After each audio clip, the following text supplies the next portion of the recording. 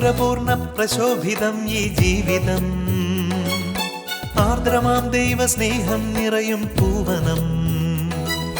മാധുരപൂർണ്ണ പ്രശോഭിതം ഈ ജീവിതം, ആർദ്രമാം ദൈവസ്നേഹം നിറയും പൂവനം. സ്നേഹദീപനാളമായി വിളങ്ങും ധന്യജീവിതം.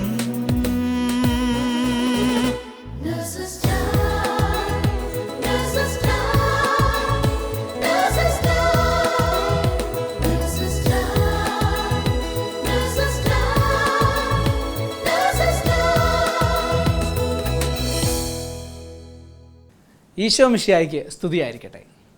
നേഴ്സിംഗ് ശുശ്രൂഷ അല്ലെങ്കിൽ നേഴ്സസ് മിനിസ്ട്രി എന്ന് പറഞ്ഞാൽ ഈശോയുടെ കരുതലിൻ്റെയും സൗഖ്യത്തിൻ്റെയും ശുശ്രൂഷയുടെ ഒരു തുടർച്ച തന്നെയാണ്. നാം നേഴ്സസ് പലപ്പോഴും ജോലിക്ക് വന്നു കഴിയുമ്പോൾ ചിന്തിക്കുന്നത് എന്താണ്? യാതൊരു മിസ്റ്റേക്കും കൂടാതെ നമ്മുടെ ഷിഫ്റ്റ് ഒന്ന് കടന്നു പോകണം.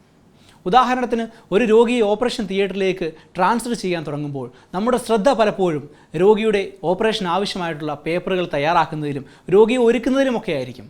അതല്ലാതെ രോഗിയുടെയോ അവരുടെ കുടുംബാംഗങ്ങളുടെയോ അപ്പോഴത്തെ ഒരു മാനസികാവസ്ഥയെപ്പറ്റി പലപ്പോഴും നമ്മൾ ചിന്തിക്കാറ് പോലുമില്ല.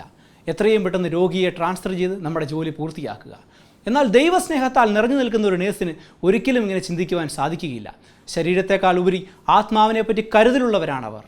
ദൈവഛായയിൽ സൃഷ്ടിക്കപ്പെട്ട മനുഷ്യജീവിതങ്ങളുടെ കാവൽക്കാരായിട്ടാണ് ഓരോ നേഴ്സിനെയും ദൈവം സൃഷ്ടിച്ചിരിക്കുന്നത്.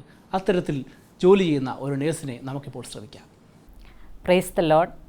വിശുദ്ധ യാക്കോബ് ശ്ലീഹ എഴുതിയ ലേഖനം 5:15 പറയുന്നു, വിശ്വാസത്തോടുകൂടിയുള്ള പ്രാർത്ഥന രോഗിയെ സുഖപ്പെടുത്തും, കർത്താവ് അവനെ എഴുന്നേൽപ്പിക്കും. എൻ്റെ പേര് ബിന്ദു. ഞാൻ അബുദാബിയിൽ ഒരു ഹോസ്പിറ്റലിൽ എമർജൻസി ഡിപ്പാർട്ട്മെൻറ്റിൽ നേഴ്സായി ജോലി ചെയ്യുന്നു.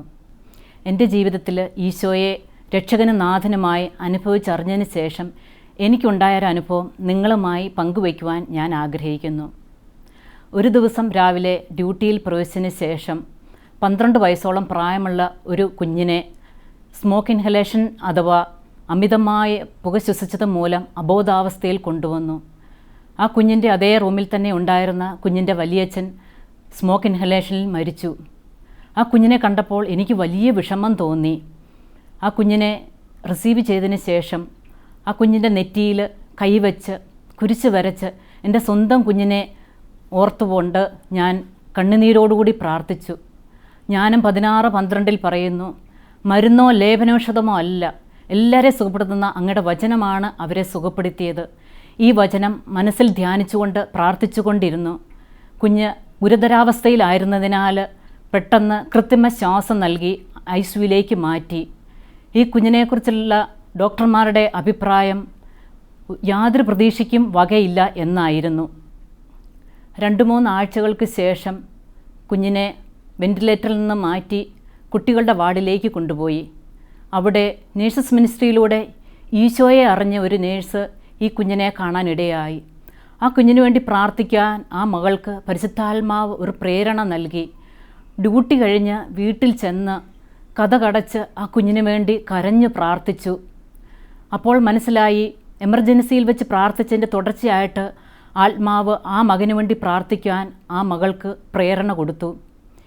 ഈ നേഴ്സിനെ ഞങ്ങളുടെ നേഴ്സസ് കൂട്ടായ്മയിലൂടെ കാണാനിടയായപ്പോൾ ആ കുഞ്ഞിനെക്കുറിച്ച് അന്വേഷിക്കാനിടയായി. അങ്ങനെ ഞങ്ങൾ ഈ കുഞ്ഞിന് വേണ്ടി പ്രാർത്ഥിച്ചുകൊണ്ടേയിരുന്നു. പിന്നീട് ആ കുഞ്ഞിനെ വേറൊരു വാർഡിലേക്ക് മാറ്റി. കുഞ്ഞിൻ്റെ കണ്ടീഷൻ അത്രയ്ക്കും പരിതാപകരമായ അവസ്ഥയിലായിരുന്നു. ചലനമറ്റ് നിർജീവമായ അവസ്ഥയിലായിരുന്നു.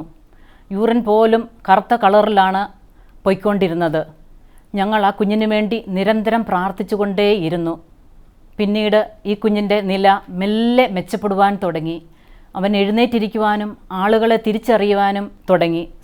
പിന്നീട് ആ കുഞ്ഞിനെ ഞങ്ങൾ കാണാൻ ചെന്നപ്പോൾ മനസ്സിലായി, കുഞ്ഞ് എഴുന്നേറ്റ് നടന്ന് ഡിസ്ചാർജായി പോയി.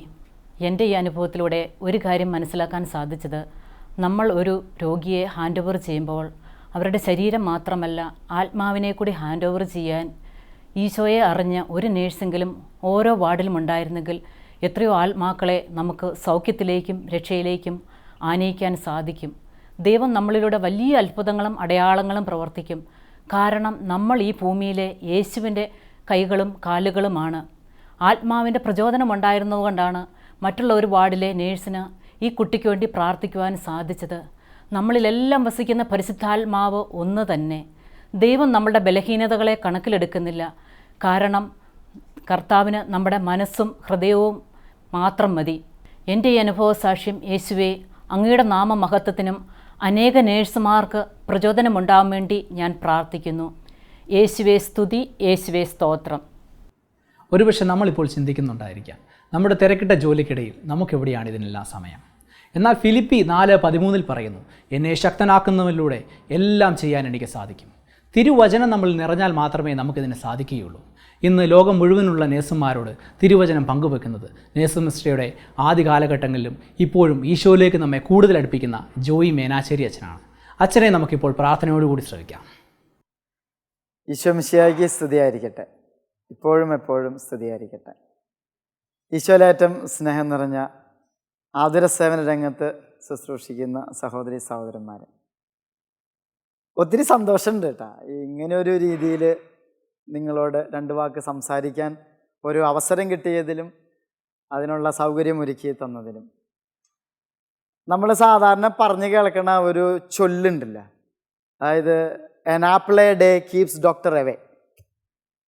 അപ്പോൾ ഒരു ആപ്പിൾ ഒരു ദിവസം കഴിച്ചാൽ ഡോക്ടറിനെ അകറ്റി നിർത്താം എന്നാണ് അതിൻ്റെ ഒരു വിവക്ഷ.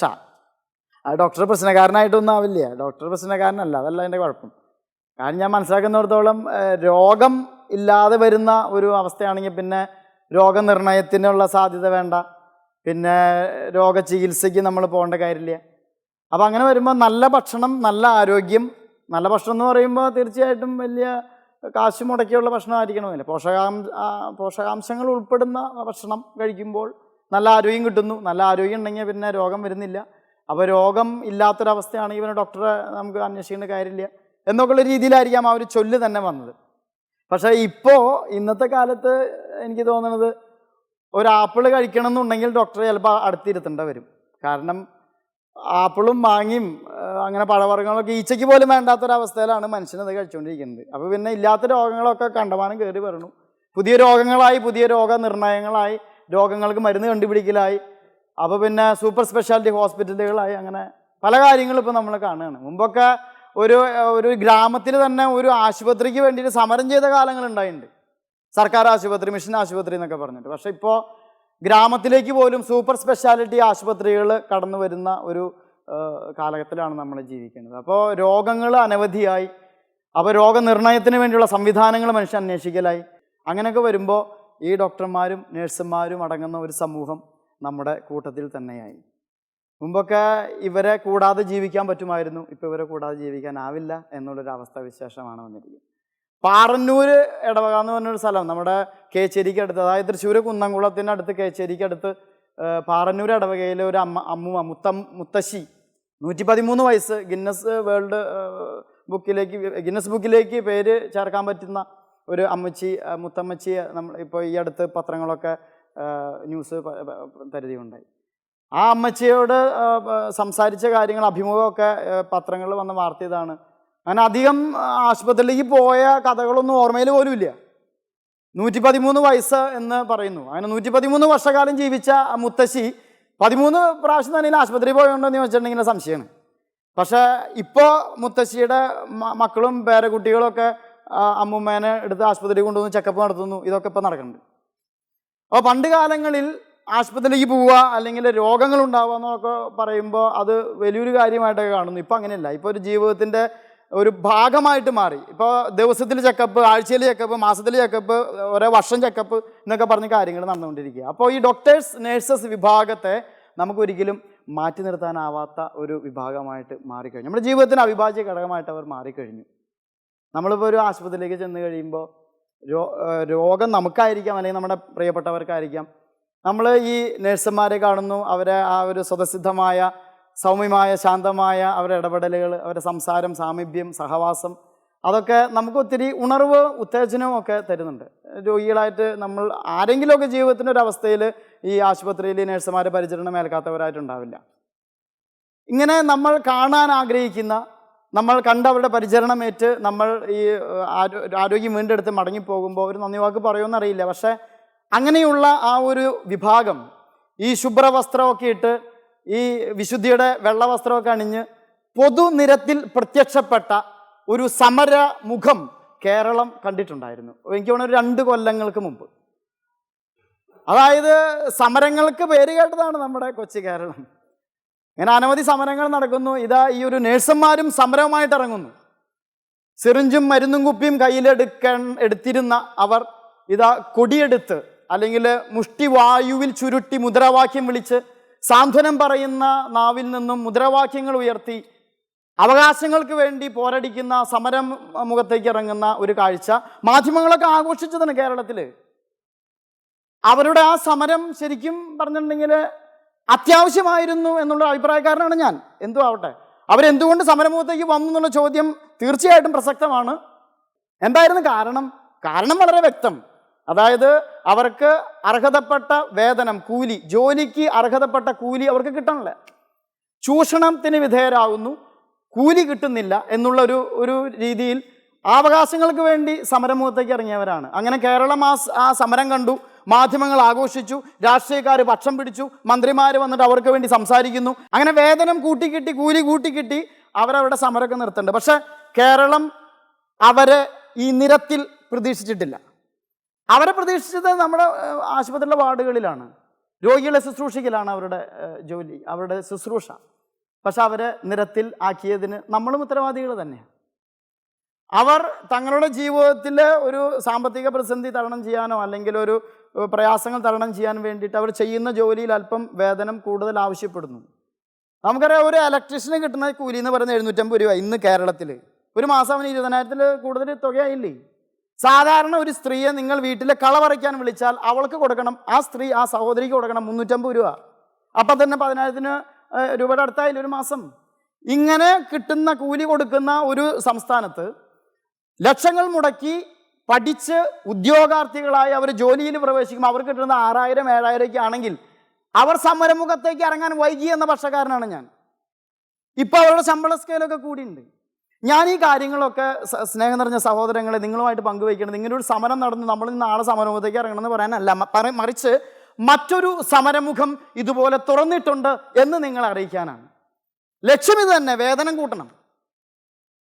കൂട്ടണം, ഈ ജോലിയുടെ കൂലി കൂട്ടണം എന്നുള്ള ഒരു ലക്ഷ്യത്തോടു കൂടെ തന്നെ സമരമുഖത്തേക്ക് ഇറങ്ങിയിട്ടുണ്ട്. പക്ഷേ ഈ സമരമുഖം എന്ന് പറയുന്നത് പൊതുനിരത്തല്ല, അവിടെയാണ്.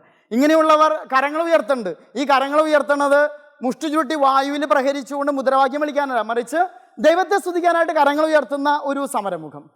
അത് എഫെസ്യർക്കാർക്ക് എഴുതിയ പൗലോസ്ലീഹ എഴുതിയ ലേഖനത്തിൽ പറയുന്ന പോലെയാണ്. 6-ാം അധ്യായം 10 മുതൽ 16 വരെയുള്ള തിരുവാക്യങ്ങളിൽ ഒരു ആത്മീയ സമരം, പ്രഭുത്വങ്ങൾക്കും ആധിപത്യങ്ങൾക്കും ഈ അന്ധകാര ലോകത്തിന് അധിപന്മാർക്കും എതിരെ സമരം ചെയ്യുന്ന ഒരു സമരമുഖം അത് തുറന്നുണ്ട്. അത് ലോകം അറിയേണ്ട സമയം അതിക്രമിച്ചു കഴിഞ്ഞു. കാരണം 2 വർഷങ്ങൾക്ക് മുമ്പ് കേരളത്തിൻ്റെ നിരത്തിലേക്ക് ഇറങ്ങിയ ആ നേഴ്സന്മാർ, ആ മാലാഖമാർ തന്നെ കേരളത്തിൽ മാത്രമല്ല, കേരളത്തിന് പുറത്തും ഇന്ത്യക്ക് പുറത്തും പല സ്ഥലങ്ങളിലും ഇങ്ങനെ സംഘടിക്കുന്നുണ്ട്, ഇങ്ങനെ സമരമുഖത്തേക്ക് ഇറങ്ങുന്നുണ്ട്. ഈ ഒരു വേതനം കൂട്ടണം എന്നുള്ള കാര്യവുമായിട്ട് ഏത് തരത്തിലുള്ള വേതനമാണെന്നുള്ള ചോദ്യം വളരെ പ്രസക്തമാണ്. അത് നമ്മുടെ ലൂക്കായുടെ സുവിശേഷത്തിൽ നമ്മൾ വായിക്കുന്നു. 12-ാം അധ്യായം 13 മുതലുള്ള തിരുവാക്യങ്ങളിൽ ഒരുവൻ ഓടി വന്ന് ഈശോയോട് പറയേണ്ടത്, സ്വത്ത് വായിക്കേണ്ട കാര്യമാണ്, ഞങ്ങളുടെ സ്വത്ത് തർക്കത്തിൽ കർത്താവ് ഇടപെടണം, എൻ്റെ സഹോദരനെ സ്വത്ത് തർക്കത്തിൽ കർത്താവ് ഇടപെടാൻ വേണ്ടി വന്ന് ചോദിക്കേണ്ടത്. അപ്പോൾ ഉടനെ കർത്താവ് പറയുന്നത്, നിന്റെ സ്വത്ത് വായിക്കുന്നവനായിട്ട് എന്നെ ആരെ നിയമിച്ചത്? എന്നിട്ട് ഈശോ പറയുന്ന വളരെ മനോഹരമായൊരു ഉപമ, ഒരു ധനികൻ്റെ, ഭോഷനായ ധനികൻ്റെ ഉപമയാണ്. ആ വർഷം ആ ധനികന് കൃഷിസ്ഥലം സമൃദ്ധമായ വിളവ് നൽകിയത്ര. ആ വർഷത്തെ കർഷകശ്രീ അവാർഡ് കിട്ടിയെന്ന് പറയാം. ആ രീതിയിലുള്ള കാര്യമാണ്.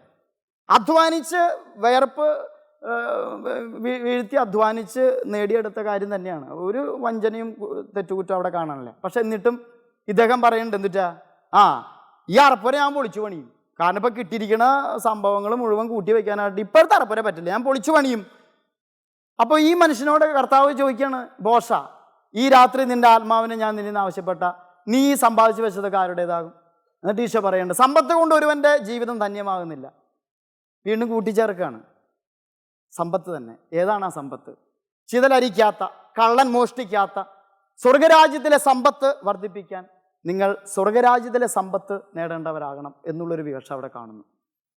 എനിക്ക് തോന്നുന്നു ഈ ഭൂമിയിൽ 80-100 വർഷക്കാലം ജീവിക്കാനായിട്ട് ആവശ്യമായിട്ടുള്ള വേതനം കൂട്ടണമെന്ന് പറഞ്ഞ് സമരമുഖത്തേക്ക് ഇറങ്ങിയവരെ പോലെയല്ല, മറിച്ച് ഈ ലോകം കഴിഞ്ഞാലും പരലോകത്തേക്ക് തൻ്റെ സ്ഥിരാംഗത്വം ക്രമപ്പെടുത്താൻ വേണ്ടിയിട്ട്, സ്വർഗരാജ്യം അവകാശമാക്കാൻ വേണ്ടിയിട്ട് ചിതലരിക്കാത്ത, കള്ളൻ മോഷ്ടിക്കാത്ത ഒരു നിക്ഷേപം സമാഹരിക്കാൻ വേണ്ടിയിട്ട് സമരമുഖത്തേക്ക് ഇറങ്ങുന്ന നേഴ്സന്മാരെ പരിചയപ്പെടുത്തുക എന്നുള്ളതാണ് എൻ്റെ ലക്ഷ്യം.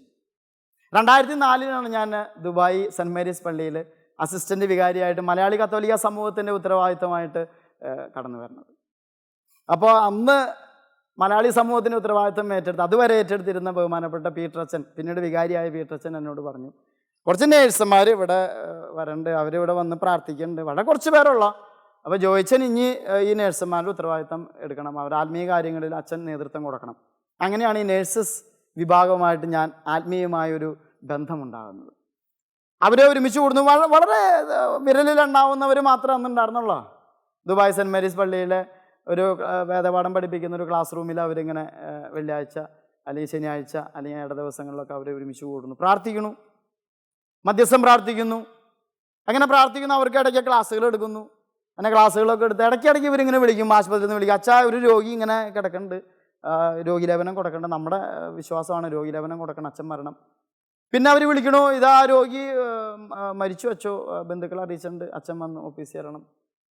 പിന്നെ കേൾക്കുന്നു, ഇതാ വർഷങ്ങളായിട്ട് കുമ്പസാരിക്കാത്ത ഒരു രോഗി നമ്മുടെ കയ്യിൽ പെട്ടുണ്ട്, അച്ഛൻ ഒന്ന് വരണം, നമ്മൾ കുമ്പസാരം കേൾക്കണം. അങ്ങനെ ആത്മീയ ശുശ്രൂഷകളിലേക്ക് ഈ സഹോദരിമാർ, ഈ ഒരു നേഴ്സസ് അംഗങ്ങളെല്ലാവരും ആത്മീയ ശുശ്രൂഷകൾ കൂടെ താല്പര്യം കാണിക്കുന്നു. മറ്റുള്ളവരുടെ ആത്മസ്ഥിതിയെക്കുറിച്ച് അതിന് ഉത്തരവാദിത്തപ്പെട്ടവരെ അറിയിക്കുന്നു എന്നുള്ളത് വന്നു കഴിഞ്ഞപ്പോൾ എനിക്ക് തീർച്ചയായിട്ടും ഇങ്ങനെയുള്ള ഈ നേഴ്സസ് സഹോദരങ്ങളോട് ഒരു താല്പര്യം കൂടുകയാണ്. പിന്നീടാണ് ഞാൻ അറിയുന്നത് അവർക്ക് ഇതൊരു ജോലി മാത്രമല്ല, അവർക്കിതൊരു പ്രൊഫഷൻ മാത്രമല്ല, അവർക്കിതൊരു ശരിക്കും പറഞ്ഞിട്ടുണ്ടെങ്കിൽ ഈശോയുടെ ശുശ്രൂഷ തന്നെയായിട്ട് മാറി. അങ്ങനെ ഈശോയുടെ ശുശ്രൂഷ ചെയ്യുന്ന ഈ നേഴ്സുമാരെ പരിചയപ്പെട്ടതിന് ശേഷമാണ് ഈ ഒരു ശുശ്രൂഷ മേഖലയെക്കുറിച്ചും ഇവരുടെ ഒത്തുചേരലിനെക്കുറിച്ചും ഇവരുടെ ഈ ഒത്തുചേരൽ എന്തുകൊണ്ട് ഒരു ബൃഹത്തായ ഒരു കൂട്ടായ്മയായി മാറ്റിക്കൂടാ എന്നുള്ള ചിന്തകളൊക്കെ മനസ്സിലേക്ക് വരണത്. അങ്ങനെയാണ് ഇവരുടെ പുതിയൊരു സമരമുഖം തന്നെ തുറന്നു കിട്ടുന്നത്. ഇന്ന് നേഴ്സസ് മിനിസ്ട്രി UAE എല്ലാ എമിറേറ്റ്സിലുമായി, GCCയിലെ എല്ലാ രാജ്യങ്ങളിലുമായി, GCC കടന്ന് മറ്റു പല രാജ്യങ്ങളിലേക്കും ഇത് വളർന്നുകൊണ്ടിരിക്കുകയാണ്. എന്താണ് ഇവരെ വ്യത്യസ്തമാക്കുന്നത്? ഫ്ലോറൻസ് നൈറ്റിംഗേൽ അവരാണല്ലോ ഈ ഒരു നേഴ്സസ് മിനിസ്ട്രിയുടെ ബാനർ ശരിക്കും സ്വർഗത്തിലേക്ക് ഉയർത്തുന്ന പോലെ അത്രയും മഹത്തരമാക്കിയത്, അത്രയും പ്രശോഭിതമാക്കിയത്. അവർ പറയുന്നുണ്ട്, can you ever think about Jesus as A nurse? വളരെ പ്രസക്തമായ ഒരു ചോദ്യമാണത്. നിങ്ങൾക്ക് യേശു എന്ന ഒരു നേഴ്സിനെ കുറിച്ച് ഒരിക്കലെങ്കിലും ചിന്തിക്കാൻ പറ്റുമോ? നിങ്ങൾ ചിന്തിച്ചിട്ടുണ്ടോ? അല്ലെങ്കിൽ ചിന്തിക്കണം യേശു എന്നൊരു നേഴ്സിനെ കുറിച്ച്. അപ്പോൾ ഈ യേശു എന്നൊരു നേഴ്സിനെ നിങ്ങൾ പരിചയപ്പെടുമ്പോൾ തീർച്ചയായിട്ടും ഞാൻ നിങ്ങളെ വെല്ലുവിളിക്കുക, കേട്ടുകൊണ്ടിരിക്കുന്ന സഹോദരി സഹോദരന്മാരെ, നിങ്ങളുടെ ഈ ഒരു profession, it will no longer be a profession but it will be a ministry for you, it will be a vocation for you. അങ്ങനെയാണ് ശരിക്കും പറഞ്ഞാൽ ഇതൊരു ജോലിയല്ല, ഇതൊരു ദൈവവിളിയായിട്ട് നിങ്ങൾക്ക് ബോധ്യപ്പെടും. ഇത് നിങ്ങൾക്കൊരു ജീവിതക്രമമായിട്ട് മാറ്റപ്പെടും. അതിന് വ്യത്യാസം നിങ്ങൾ തിരിച്ചറിയും. അങ്ങനെ വ്യത്യാസം തിരിച്ചറിഞ്ഞവരുടെ ഒരു കൂട്ടായ്മയെക്കുറിച്ചാണ് ഞാൻ സംസാരിച്ചുകൊണ്ടിരിക്കുക. അപ്പോൾ ഇവർക്ക് ഇതൊരു ജോലി മാത്രമല്ല, ഇവർക്കൊരു ദൈവവിളിയായിട്ട് മാറുന്നു, ഒരു ശുശ്രൂഷയായിട്ട് മാറുന്നു. ഈശോയിലേക്ക് തന്നെ നോക്കണം. എങ്ങനെയാണ് ഇതൊരു ജോലിയിൽ നിന്നും ഒരു ശുശ്രൂഷയിലേക്കായിട്ട് മാറ്റപ്പെടുന്നത്? എന്താണ് ഇതിൻ്റെ വ്യത്യാസം? ഒരു നേഴ്സിംഗ് പ്രൊഫഷനെ ഒരു ജോലിയിൽ നിന്നും ഒരു ശുശ്രൂഷയാക്കി, ഒരു ദൈവവിളിയാക്കി മാറുന്നത് എപ്പോഴാണ്, മാറ്റപ്പെടുന്ന എപ്പോഴാണ്? ഇങ്ങനെ ഈ നേഴ്സിംഗ് ജീവിത രീതിയായിട്ട് എടുത്തവർ, ആ ജോലിയെ ഒരു ശുശ്രൂഷയായിട്ട് കാണുന്നവരും ജോലിയായിട്ട് കാണുന്നവരും അവരുടെ ജോലി ചെയ്യുമ്പോൾ, ശുശ്രൂഷ ചെയ്യുമ്പോൾ പ്രകടമായ മാറ്റം പുറത്തുള്ളവർക്ക് കാണാൻ പറ്റൊന്നുമില്ല. പക്ഷെ അവരുടെ മാറ്റങ്ങളുണ്ട്. ഈശോയിലേക്ക് നോക്കുക. ഈശോ കാണുന്നത് കണ്ണുകൊണ്ട് മാത്രമല്ല, ഈശോ കേൾക്കുന്നത് ചെവി കൊണ്ട് മാത്രമല്ല, ഈശോ തൊടുന്നത് തങ്ങളുടെ കരങ്ങൾ കൊണ്ട് മാത്രമല്ല, പിന്നെയോ ഈശോ കാണുന്നത് ഹൃദയം കൊണ്ടാണ്. ഹൃദയം കൊണ്ട് കാണുന്നു, ഹൃദയം കൊണ്ട് കേൾക്കുന്നു, ഹൃദയം കൊണ്ട് സഞ്ചരിക്കുന്നു, ഹൃദയം കൊണ്ട് തൊടുന്നു. അതാണ് ഈശോ എന്ന നേഴ്സിൽ നമ്മൾ കാണുക. ഈശോ ഒരു നേഴ്സായിട്ട് കാണുമ്പോൾ ഇത് തന്നെ ഒരു ജോലിയെ ഒരു ശുശ്രൂഷയിൽ നിന്നും, അല്ലെങ്കിൽ ജോലിയിൽ നിന്നൊരു ശുശ്രൂഷയെ വ്യത്യസ്തമാക്കുന്നത്. ഇഷ്ടംപോലെ ഉദാഹരണങ്ങൾ നമുക്ക് വിശദഗ്രന്ഥത്തിലുണ്ടല്ലോ. ബർത്തിമേസ് എന്ന് പറഞ്ഞ അന്ധയാചകൻ അലറി കൂവി വിളിക്കണം. എനിക്ക് തോന്നുന്നു പുള്ളിക്ക് നല്ല സ്വരം ഉണ്ടായിരുന്നിരിക്കും, അല്ലെങ്കിൽ ഒരു ആംപ്ലിഫയർ വിഴുങ്ങിയിട്ടുണ്ടാവും. ഇത്രയും നല്ല സ്വരത്തോടു കൂടി വളരെ ശക്തമായിട്ട് ആക്രോശിക്കുകയാണ് ഈ മനുഷ്യൻ. ദാവീദിന്റെ പുത്രനായ ഈശോയെ എന്നിൽ കനിയണമേ എന്നും പറഞ്ഞിട്ടാണ്. ജനങ്ങളൊക്കെ പറയുന്നത്, നീ മിണ്ടാണ്ടിരിക്കണ്ട, നീ എന്തുറ്റും പറഞ്ഞിട്ട് നീ ആക്രോശിക്കുന്നത്, നീ ആരെന്നും കണ്ടിട്ട് ഈ ആക്രോശിക്കണം, മിണ്ടാണ്ടിരുന്നോണ്ട് എനിക്ക് എന്ന് പറയുന്നുണ്ട്. പക്ഷെ അവൻ അവരെയൊന്നും ഗവനിക്കണില്ല. അവൻ ഈശോയിലേക്ക് മാത്രം കാണുന്നു, ഈശോയെ അവൻ ഉൾക്കണ്ടുകൊണ്ട് കാണുന്നു. എന്നിട്ട് ഈ അന്ധനായ ബർത്തിമിയൂസ് ഉറക്കെ നിലവിളിക്കുകയാണ്, കർത്താവേ കനിയണമേ, ദാവീദിന്റെ പുത്ര കനിയണമേ. ഇതാണ് അവൻ്റെ കരച്ചിൽ. കർത്താവ് മറ്റുള്ളവർ കേട്ടതുപോലെ തന്നെ കർത്താവും കേട്ടു. പക്ഷെ കർത്താവ് കേട്ടത് ഹൃദയം കൊണ്ട് കേട്ടു. ഹൃദയമാണ് മികച്ചു നിൽക്കുന്നത്. ഇങ്ങനെ മികച്ചു നിൽക്കുന്ന ഹൃദയം കൊണ്ട് കേട്ടു. ഹൃദയം കൊണ്ട് കേട്ട കർത്താവ് അവിടെ നിന്നു എന്നാണ് വചനം. അവിടെ നിന്നു. എന്നിട്ട് തിരിഞ്ഞ് അവനിങ്ങോട്ട് വിളിക്കാൻ പറയാ, അവനെ വിളിക്കുക. ഹൃദയം കൊണ്ട് കേട്ടപ്പോൾ ആ പ്രതികരണം മാറി. മറ്റുള്ളവർക്ക് ചെവി കൊണ്ട് മാത്രമേ കേട്ടുള്ളൂ. അവരവനെ ആക്രോശിക്കാൻ തുടങ്ങി. നിങ്ങൾക്ക് മിണ്ടാണ്ടിരുന്നൂറാ, നീ ആരാന്നും കണ്ടിട്ടായി കിടന്ന് ആക്രോശിക്കണേന്നാണ് അവരൊക്കെ ചോദിക്കണേ. അവരൊക്കെ അവനെ ശകാരിക്കുമ്പോൾ കർത്താവ് അവിടെ നിൽക്കുന്നു. എന്നിട്ട് അവനെ വിളിക്കാൻ പറയണു. എന്നിട്ടോ അവന് സൗഖ്യം കൊടുക്കുകയാണ്. ഹൃദയം കൊണ്ടാ കേൾക്കുന്നത്. സ്നേഹം നിറഞ്ഞ സഹോദരി സഹോദരന്മാരെ, നിങ്ങളുടെ ഈ നേഴ്സസ് ഇതൊരു പ്രൊഫഷൻ മാത്രമല്ല, ഇതൊരു ശുശ്രൂഷയാണെന്ന് പറയുമ്പോൾ നിങ്ങൾ കേൾക്കുന്നത് രോഗിയുടെ രോദനമാണെങ്കിൽ പോലും, അല്ലെങ്കിൽ കൂടെ നിൽക്കുന്നവരുടെ പരിദേവനങ്ങളാണെങ്കിൽ പോലും, നിങ്ങൾ കേൾക്കുന്നത് ഒരിക്കലും ചെവി കൊണ്ട് മാത്രമാകരുത്. ഹൃദയം കൊണ്ട് കേൾക്കണം. കർത്താവ് കേട്ടതുപോലെ. അതിന് കർത്താവ് നിങ്ങളവിടെ ഇരുത്തിയിരിക്കുക. കർത്താവ് അങ്ങനൊരു അവസരം തന്നിരിക്കുക. ഹൃദയം കൊണ്ട് കാണണമെന്നാ. 10 കുഷ്ഠരോഗികൾ അങ്ങ് അകലെ നിൽക്കുന്നതായിട്ട് കണ്ടെന്ന് നമ്മൾ വചനത്തിൽ വായിക്കുന്നുണ്ട്. അവരകലെ നിൽക്കാൻ വിധിക്കപ്പെട്ടവരാ അവരുടെ നിയമം അനുസരിച്ച്.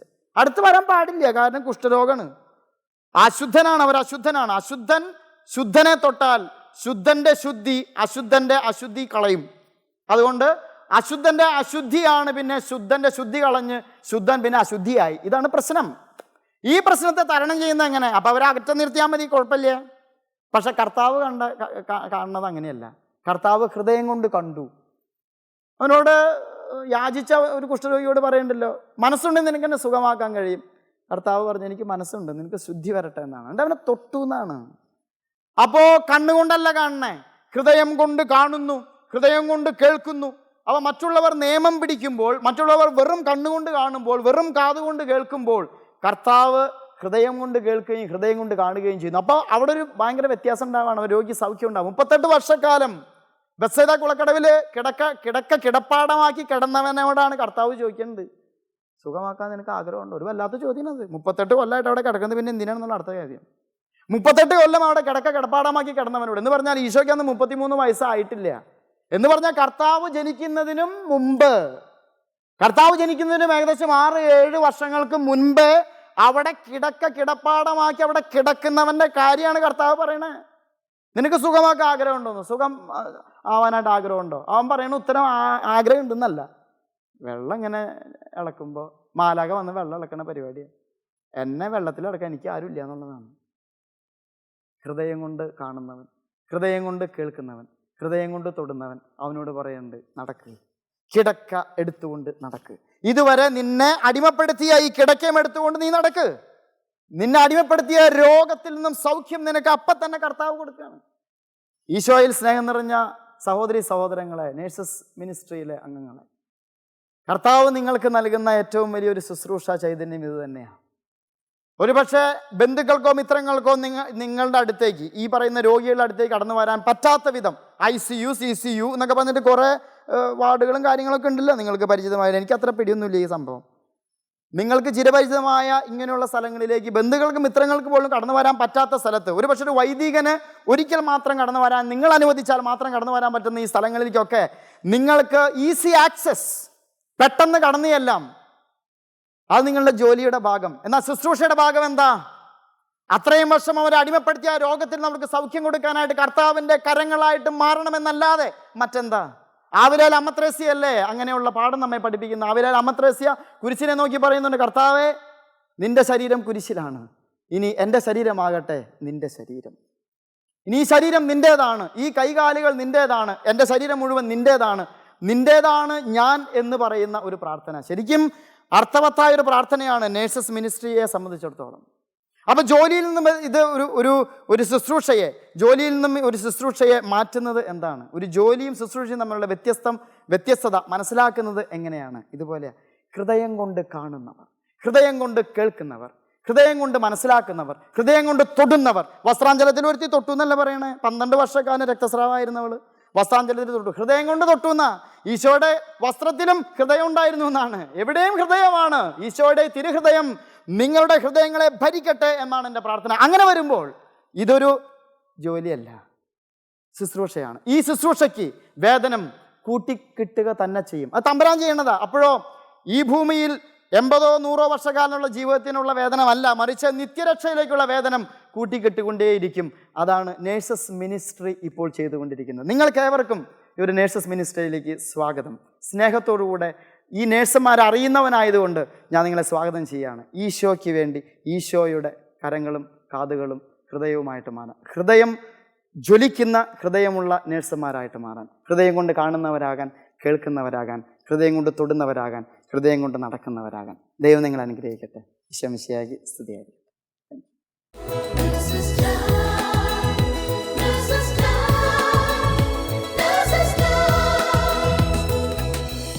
പ്രിയമുള്ളവരെ, ജീവിതത്തിൽ ദൈവഹിതം മാത്രം സംഭവിക്കണമെന്ന് ആഗ്രഹിക്കുന്നവർക്ക് അനുദിനം വചനം വായിച്ചില്ലെങ്കിൽ ഇന്ന് ഈശോയ്ക്ക് എന്താണ് നമ്മോട് പറയാനുള്ളതെന്ന് എങ്ങനെ അറിയും? നമ്മോട് സംസാരിക്കാനായി കൊതിയോടെ കാത്തിരിക്കുന്ന ഈശോയുടെ സ്വരം നാം എങ്ങനെ ശ്രവിക്കും? അതേ പ്രിയമുള്ളവരെ, നമുക്ക് എന്നും വചനം വായിക്കുന്നവരാകാം. ആ വചനത്തിൻ്റെ ശക്തിയാൽ നിറഞ്ഞു നിന്നുകൊണ്ട് നമുക്ക് രോഗികളിലേക്ക് ഇറങ്ങിച്ചെല്ലാം. അങ്ങനെ നമ്മിലൂടെ ആ വചനത്തിൻ്റെ ശക്തി അവരിലേക്ക് ഒഴുകട്ടെ. ഈ പ്രോഗ്രാം കണ്ടുകൊണ്ടിരിക്കുന്ന നമുക്കെല്ലാവർക്കും ഓരോ നേഴ്സും ഈശോയുടെ വചനത്താൽ നിറയുന്നതിനായിട്ട് അവരെയും അവരുടെ കുടുംബാംഗങ്ങളെയും പരിശുദ്ധ അമ്മയുടെ വിമല ഹൃദയത്തിലൂടെ ഈശോയ്ക്ക് സമർപ്പിച്ചുകൊണ്ട് പ്രാർത്ഥിക്കാം. ഓരോ നേഴ്സും ഒരു വിശുദ്ധയും വിശുദ്ധനുമായി മാറട്ടെ. ദൈവമാതാവും ഞങ്ങളുടെ അമ്മയുമായ കന്യകാമറിയമേ, ഫാത്തിമാനാഥേ, എന്നെയും എൻ്റെ കുടുംബത്തെയും തിരുസഭയെയും മാനവകുലത്തെയും ലോകമെമ്പാടുമുള്ള നേഴ്സുമാരെയും അങ്ങേ വിമല ഹൃദയത്തിന് പ്രതിഷ്ഠിക്കുന്നു. അങ്ങേ ശക്തിയുള്ള സംരക്ഷണത്തിൽ ഞങ്ങളെ കാത്തുകൊള്ളണമേ. അങ്ങ് ഞങ്ങളുടെ നാഥയും സംരക്ഷകയുമാകണമേ. ആത്മീയവും ശാരീരികവുമായ സകല അപകടങ്ങളിലും ക്ലേശങ്ങളിലും നിന്ന് ഞങ്ങളെ രക്ഷിച്ചുകൊള്ളണമേ. എല്ലാറ്റിലും ദൈവേഷ്ടം കണ്ടെത്തി നിറവേറ്റുവാനും യേശുവിൻ്റെ തിരുഹൃദയത്തിന് പ്രീതികരമായ വിധത്തിൽ ജീവിച്ച് സ്വർഗഭാഗ്യത്തിലെത്തിച്ചേരുവാനും കാരുണ്യനാഥേ, ഞങ്ങളുടെ സ്നേഹമുള്ള അമ്മേ, ഞങ്ങളെ സഹായിക്കണമേ. ആമേൻ.